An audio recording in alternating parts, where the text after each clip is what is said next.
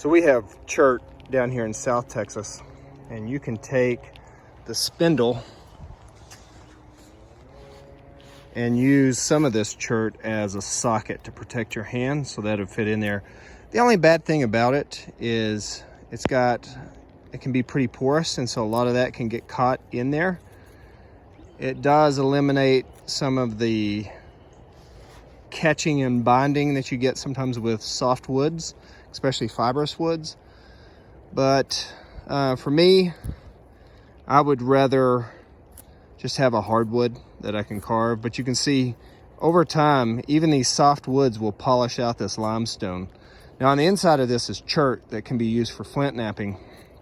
So it does have a hard inner core, so it can only go so far. But it'll polish that out, and it makes a pretty good socket. But again, for me, not my favorite. I use them from time to time if I need something quick, but I can typically just take a medium to hardwood and make it just as fast, and something that'll last longer. And once that hardwood gets polished on the inside, it actually has less friction, less binding than some of these rocks.